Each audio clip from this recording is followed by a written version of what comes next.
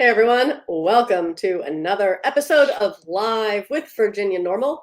I'm J.M. Padini, the Development Director for the National Organization for the Reform of Marijuana Laws and the Executive Director of your favorite chapter, Virginia NORML. It's Friday, October 14th, 2022. And that means, as always, we're going to talk all things cannabis in the Commonwealth and answer your burning questions live. Hello. Tom, look at you, already ready already.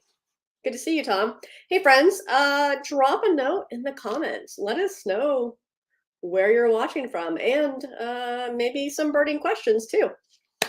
You know, I just got back to the office from CannaCon South. Yeah, CannaCon is here in Richmond right now. And tomorrow is the second day of the expo. If you want to go, and maybe you do, you can save 50% off your expo registration just by using the code NORML, NORML. You're welcome, friends. Hey, Rick, good to see you here as well. Now listen, maybe you already went to CannaCon today, or maybe you have a lot to do tomorrow. Maybe you've got the kids and the dogs and you need something family friendly. We got you there too. So tomorrow is the Scott's Edition Pumpkin Festival. Happens right there, like literally right over there. Right on Boulevard. Boulevard is closed for a section of the street tomorrow, and there'll be vendors, there are bands, there's food, there's drinks, there's the green NORML tent, and there's yours truly. So I would love to see you, especially you Richmonders, tomorrow at the Scott's Edition Pumpkin Festival. You can find us because our tent is green and it says NORML on it. Hey, Kimberly in Alexandria. Good to see you. Hey, Ryan. Happy Friday to you as well. All right, listen, it's been a quiet-ish week. I mean, it is October, but it's been generally quiet for cannabis policy news-wise. So you all will, of course, remember that last week President Biden announced that he plans to pardon all federal simple marijuana possession offenses.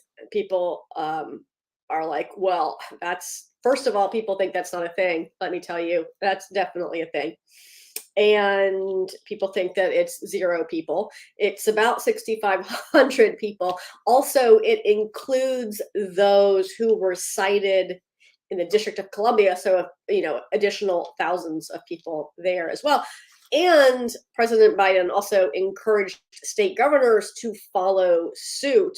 I think it's pretty interesting that we've actually seen some traction on that. So I hope that more states do follow suit.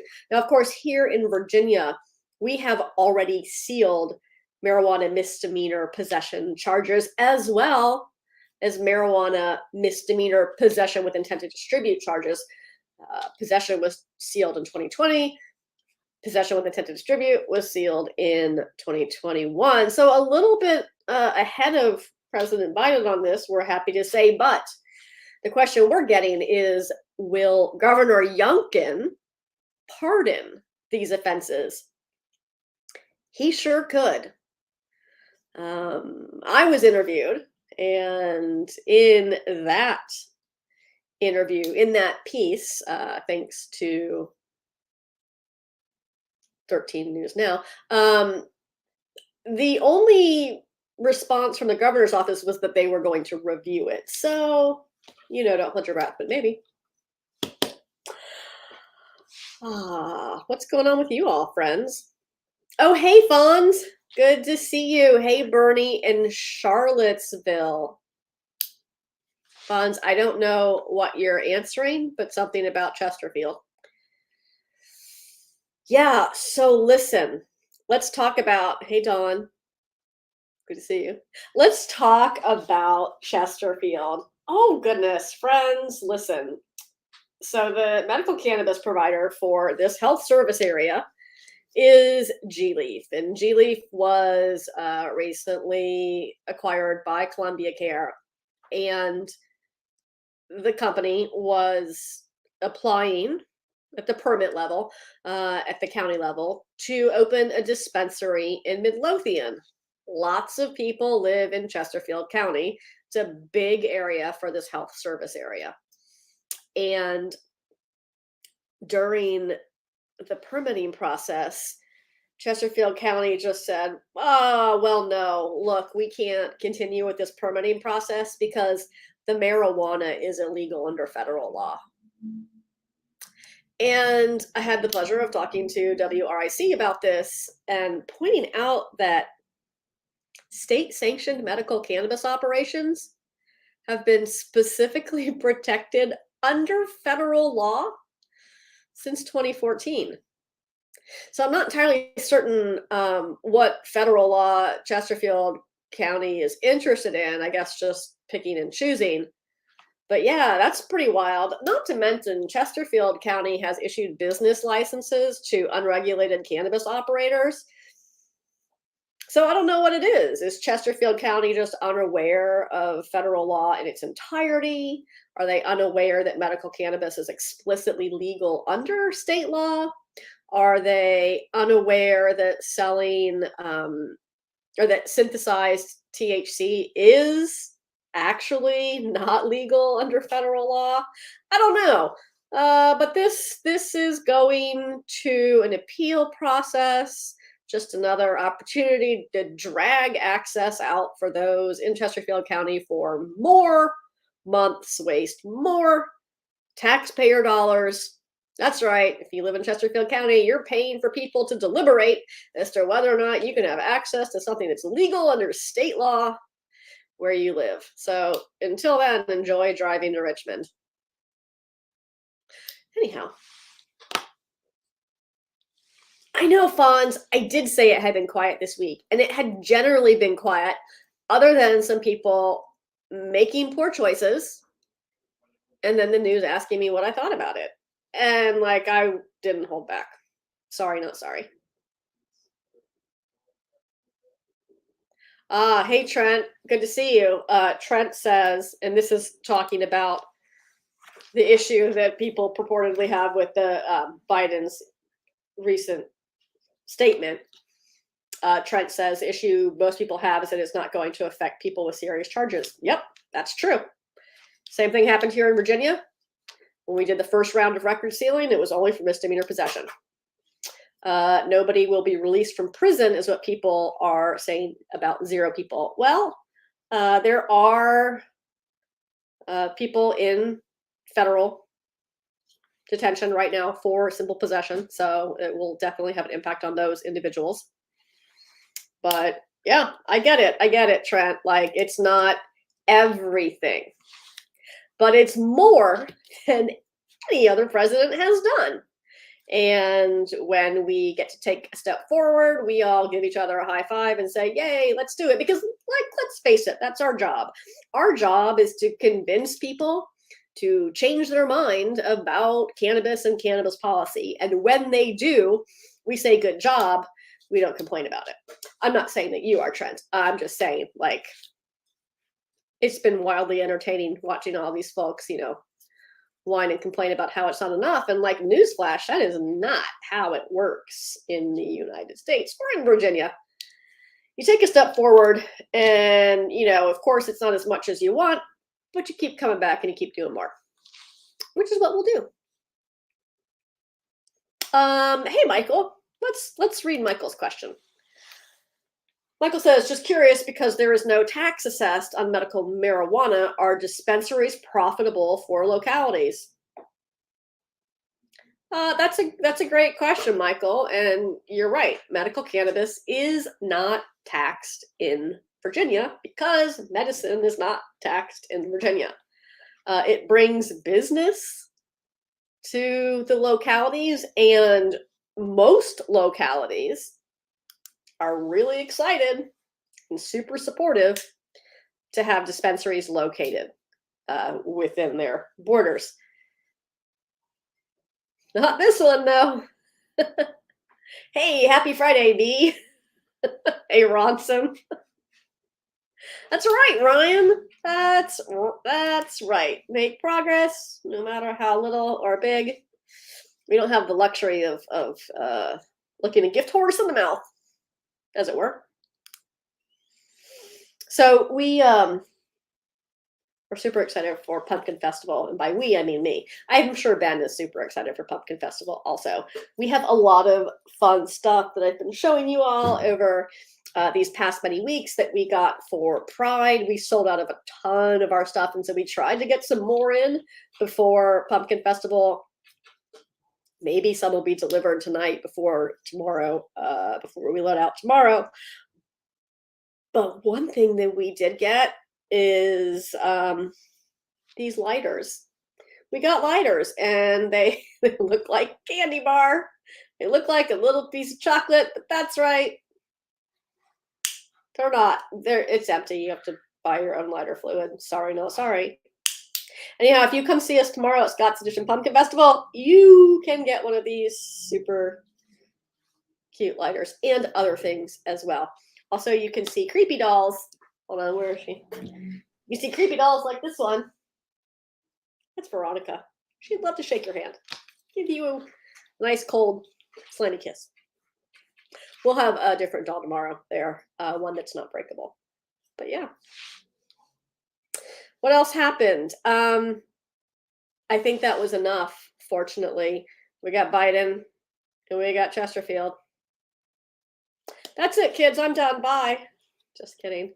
Hey, what are your burning questions? Go ahead and drop those in the chat right now so we can get down to answering your questions. You know, we just did a panel at CannaCon, and the room was packed. Okay, so before we started, the panelists and I were walking up to the presentation room, and we were placing our bets, as it were. And by bets, I mean we were choosing numbers. We were all choosing how many people we thought would be in the room. And even if we added up all of our numbers together, it still didn't equal the amount of people that were in that room. And it was just so rewarding and awesome to see that room packed with people. What we talked about was legalization to licensing, and just provided an honest look at how we got where we are and what it's going to take to get to the next step.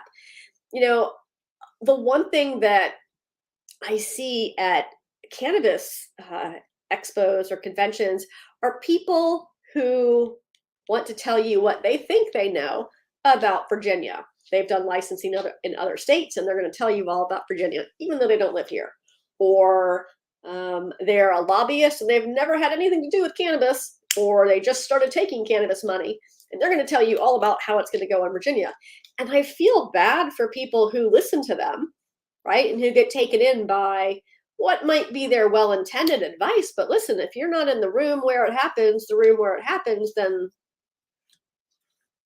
you don't really know, do you? So I really enjoyed being with my other panelists. We had Anthony Mahadas from Old Manchester Hemp, and Nigist Abebi, who is on the Cannabis Control Authority's Public Health Advisory Council, chairs that, and or vice chairs that, and is on the Virginia NORML Board of Directors as well.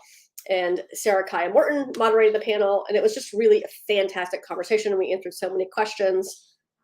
I loved it. Hey, Jack, good to see you. Hi, Sue. Oh, Sue, I love your comment. And I think what you're saying is valid, Sue. Sue says, I'll take anything that they give us toward cannabis, but I want to point out they've been giving it to us the hard way for over 50 years. Isn't that the truth? And I'm tired of feeling like a criminal. I'm tired of worrying about criminal things when it comes to marijuana. Let's just get it done. You're right, Sue, right? Americans are tired of the failed experiment with cannabis prohibition. It's a terrible public policy. It doesn't work. There's a really bad return on investment if you want to do some nerd math on that. It just doesn't work. Like I guess it was well intended. It was supposed to promote no, it wasn't well intended. It was racist. But once you get past that, I guess there was this idea that it was somehow going to promote public safety. You can't really achieve public safety when you're ignoring the situation. Can you? Oh, hello, Amy. Amy, I like your question. Amy asks, have you heard any talk from dispensaries about introducing a greater variety of products? And so to some degree, yes, Amy, I have, because we passed legislation this year, that would facilitate that. We removed some old language that was keeping products restricted to certain ratios, and we got rid of that. But Amy, can you tell me specifically what types of products or new products you are hoping to see? Also, Jack's here, so he probably wants to know as well. I'll wait.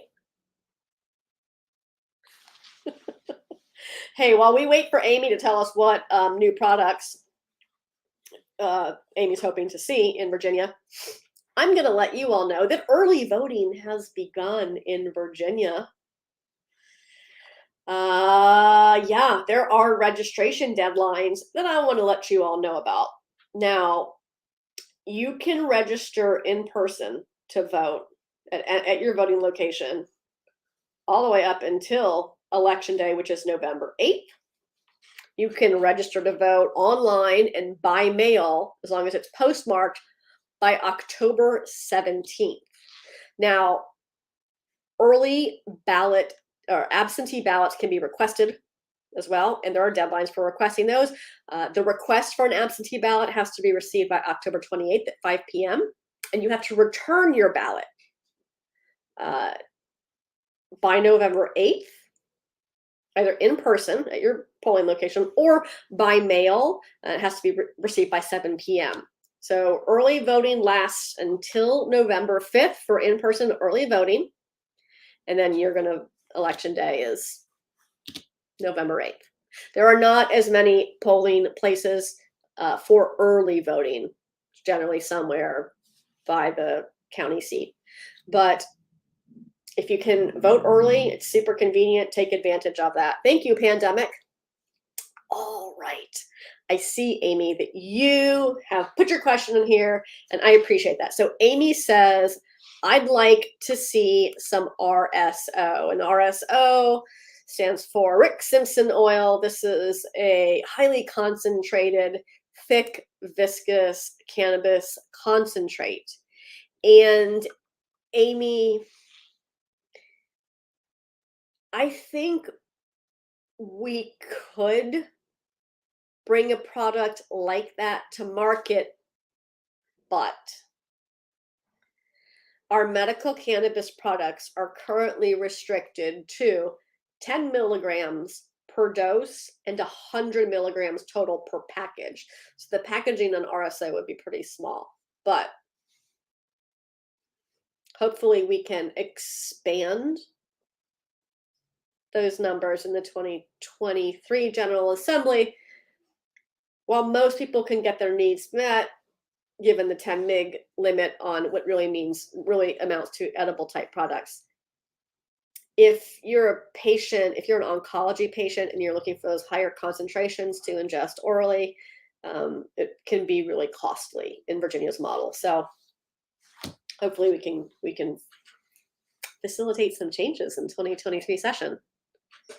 Hey, James. James says, I know I would love some hash. Maybe Jack has an answer for that.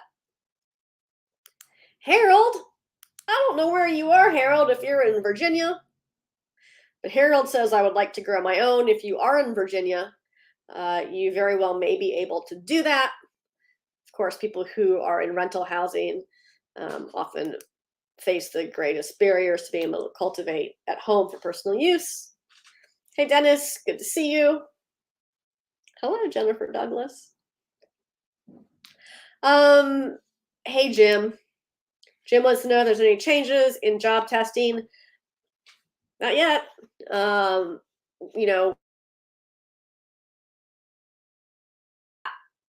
Oh gosh, that's the whole screen flashed black. Ooh, that was terrifying. We could have a bill for employment protections in 2023, but it's not going to make it through the Republican-controlled House of Delegates. So elections have consequences, friends. We would have done that. It was actually one of the bills at the top of the list for the 2022 session prior to the November election in 2021. And then as soon as we saw a shift in the majority in the administration and in the House, we knew that we could not pass that bill. Hello. You're welcome. You're welcome, Cultivate Wellness. Her name is Veronica. Yeah, that's right. She's here. She'll be here all season. You're welcome.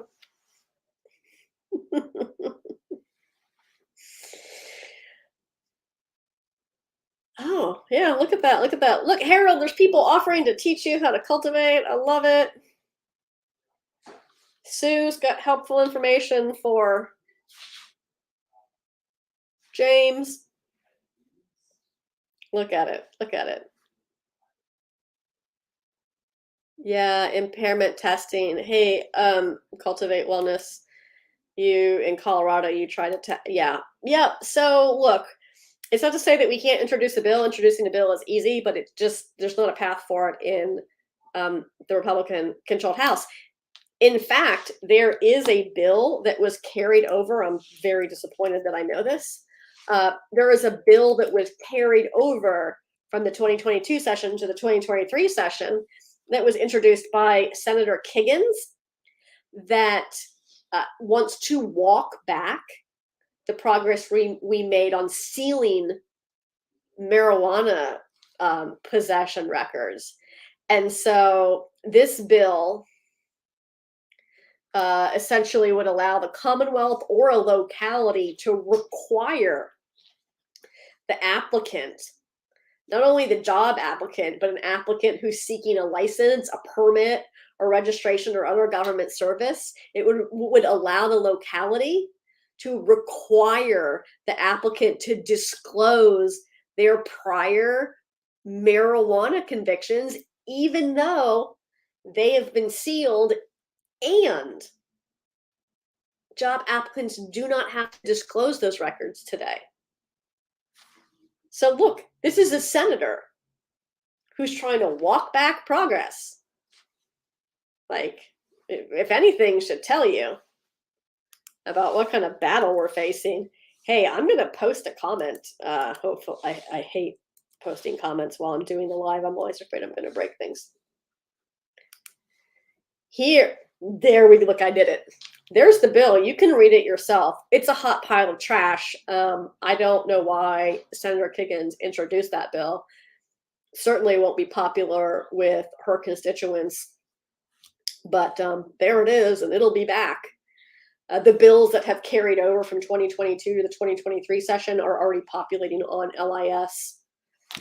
We will start our 2023 legislative tracker maybe a little bit later this month. We'll start getting those bills up there, but right now it's just carryover bills that have well, as of yesterday afternoon, it's just carryover bills.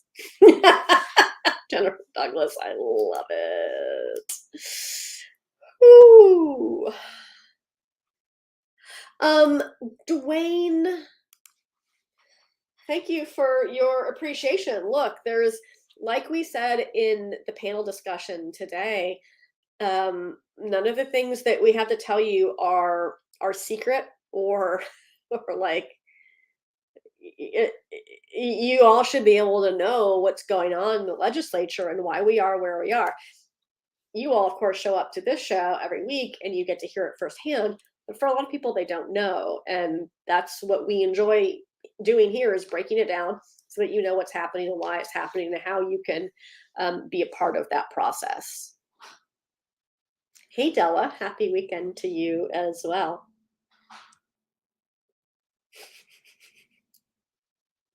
Yeah, I would love it for you all to read these bills. Also, Senator Evans' adult use bill that was introduced this year has carried over to 2023 and has repopulated an LIS. However, it's in exactly the same posture in which it was in the last session, and it's going to change. So don't email us wondering why we're not freaking out and posting all about a bill from last year. It's the bill from last year. We know it's there. Hello, Harold in Florida or from Florida. I'm also from Florida. Fun facts. Excuse me while I choke on my own phlegm. What else is happening, friends? What else is happening? Oh, I already have this ugly bill up and I can't see what great notes Cassidy wrote for me. Hey, did you know that a number of states are actually voting on legalization, including our friendly neighbors to the north, Maryland, this November? Yeah, there are a number of states that have ballot initiative processes and have gotten those voter referenda on their ballots. Arkansas has a constitutional amendment to legalize adult use. Maryland has a legislative referendum on their ballot. Missouri has a citizens initiative on their ballot. North Dakota has a legalization measure, and South Dakota has an initiated measure for adult use. You can find out all about these as well as the number of local efforts underway across the country, including Colorado Springs, Brighton, Michigan, Granite County, Montana. Ohio has some municipal depenalization measures. Rhode Island has some efforts.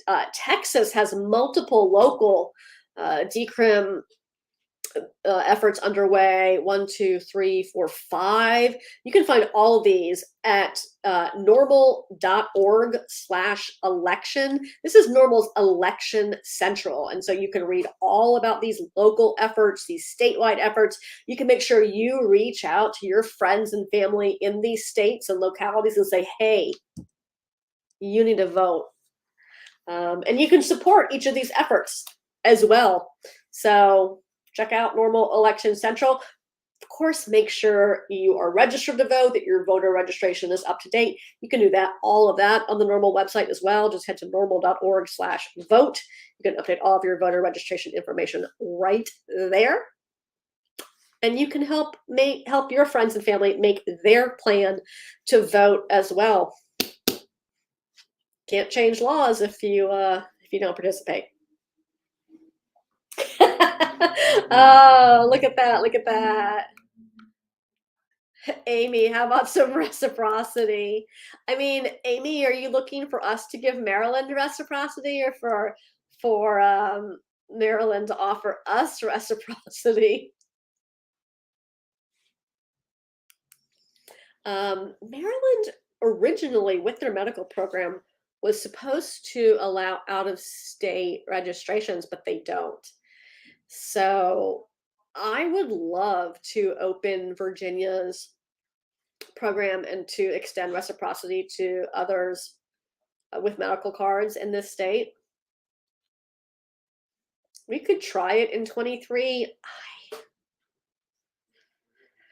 I don't know. I don't know that I don't know that it would pass, but I think it's worth trying.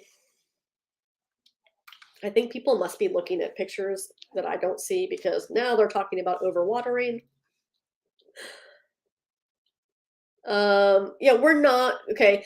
Hey, Jennifer, thank you for mentioning this. We had someone ask about caregiver models during the panel today. We get this question probably every week. People want to know if we're going to have caregiver models. We're not. The reason is pretty simple. It's Virginia. No. I mean, yes, but also the caregiver model is really antiquated, and it comes from the sort of early days of legalization or medical cannabis legalization, where people there wasn't the regulatory model through which people could have access. And in some states there still aren't. And so patients could, have someone whom they identified as their grower or their caregiver, and then they could cultivate for these patients. Now states regulate cannabis. So aside from the fact that it's Virginia, and Virginia is literally not ever going to do that, it's also kind of an outdated policy model. So, hey, Jeff, I'll just pop this up here as everyone talks about Croptober. Jeff is wishing you all a happy harvest.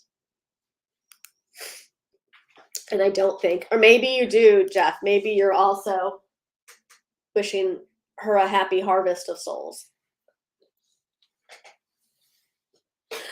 Oh, Dwayne, Florida. Florida is a hot, spicy hot mess. Harold asked if there's any new laws addressing cultivation. Not since July 1st of this year. I don't expect there to be much cleanup surrounding personal cultivation in the 23 session. We kind of got what we needed out of that through the budget, but you'll be the first to know once we know.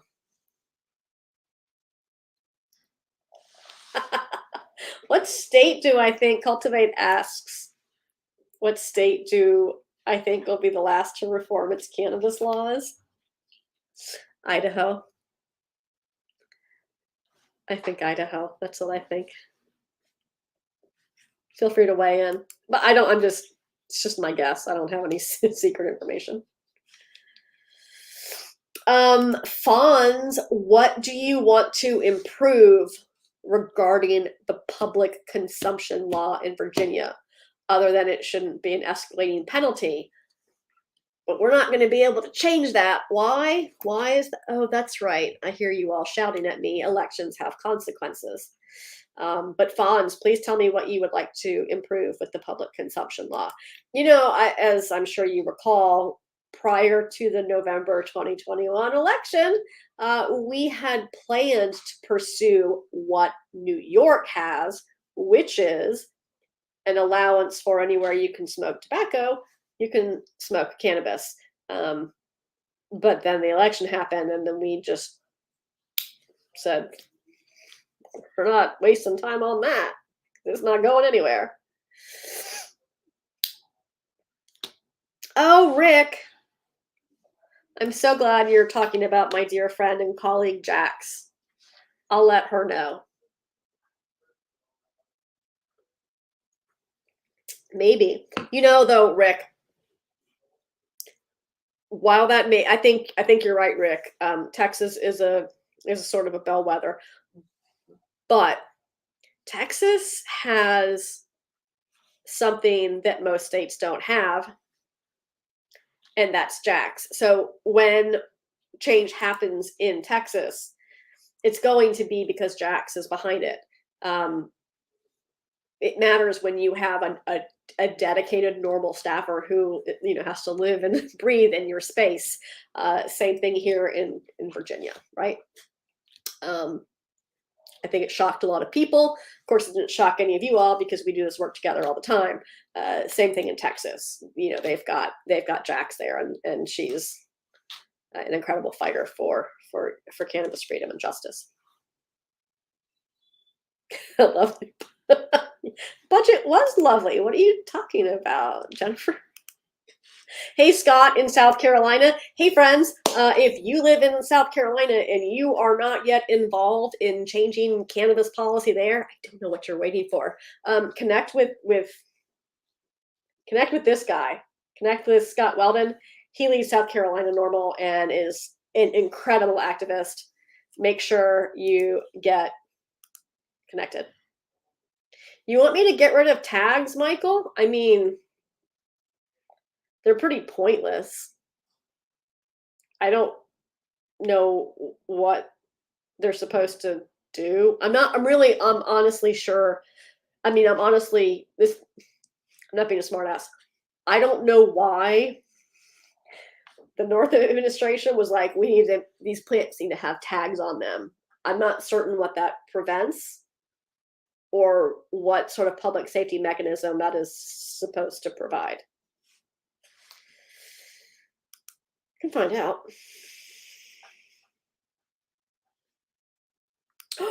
Oh, thanks, Jennifer.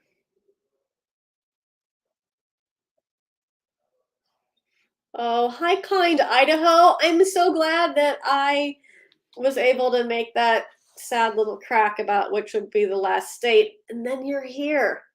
My dear friend Russ Belleville is from Idaho and has worked diligently to try and make change happen there. But it's great for potatoes, bad for cannabis policy. Nick, I love that you show up and are part of this community.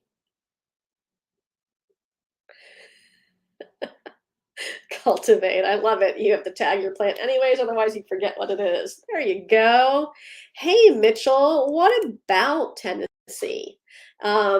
Mitchell, we have talked about Tennessee in recent shows where I let viewers know that Tennessee NORML just went through a complete restructuring process, and they have new leadership and they are ready to hit the ground running. So you can find out all the information you need to connect with Tennessee NORML on the NORML website. Just head to norml.org/chapters, or you can send us an email at chapters@norml.org and we'll make sure you get connected. Tennessee, Virginia's neighbor, but not as progressive. Yeah, but listen.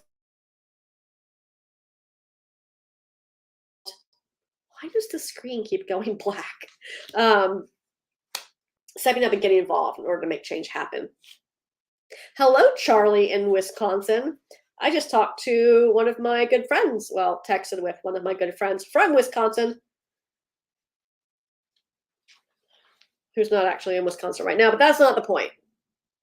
Hello to you, Charlie in Wisconsin. Also one of those difficult states, but keep fighting. Thank you for letting me know, Cultivate. I don't know why it keeps blacking out. I have no idea what's going on. I'm not touching anything or doing any stuff, but thanks, Verizon. I'm pretty certain that's who provides the internet for this building. Yeah, Charlie. At least that is something that you have in Wisconsin, the ability to enact local decriminalization ordinances. So good news, good news. Thanks for letting me know, Cultivate. I don't know why those things are happening, but listen, the internets are magical. All right, friends, this has been delightful as always. But now I have a ton of stuff to do to get ready for Scott's Edition Pumpkin Festival. So excited. It's going to be a great day. We're going to be outside. Oh, I bet you're right, James. I bet it is Veronica. Listen. We'll just bring her a little closer so she doesn't feel left out. Maybe she'll stop making the screen go dark. Hey, Jim in Massachusetts. Thanks so much for joining today's show. Glad to see you here. Yes, Jennifer. Scott's Edition Pumpkin Festival is tomorrow. Would love to see you there. Oh, she's not going to haunt you. She's my favorite one. She's my favorite of all the dolls. That's why she's in my office. And I'm about to break her legs. I place her by the door. The door to my office is glass. So when I leave, I put her by the door so anyone walking by can be terrified. You're welcome. Jim, Scott's Edition Pumpkin Festival is tomorrow. Today is Just throwing things on the floor. Today is CannaCon. If you want to go to CannaCon tomorrow, it's tomorrow also. You can get 50% off your registration by using the code NORML. Thanks, Tara. All right, friends, this has been delightful. I hope to see you all back here next week to have more fun with myself and Veronica. Remember, whatever platform you're watching on, YouTube, LinkedIn, Facebook, Twitter, please go ahead and hit that like, follow, or subscribe button. Leave us a comment as well. Thanks so much for watching. Make sure you never miss one single live from NORML by hitting that follow button. And tomorrow, hey, you know what tomorrow is? It's Saturday, and that's when the weekend weed read comes out from NORML. It's awesome, if I do say so myself, and I do. You can make sure you never miss a mailer of Weekend Weed Read by going to norml.org/subscribe and updating your subscription preferences to include the Weekend Weed Read. All right, friends, this has been great, and I hope we can do this all again next Friday. Hey, as always, thanks so much for watching, and I'll see you back here next time. Bye-bye.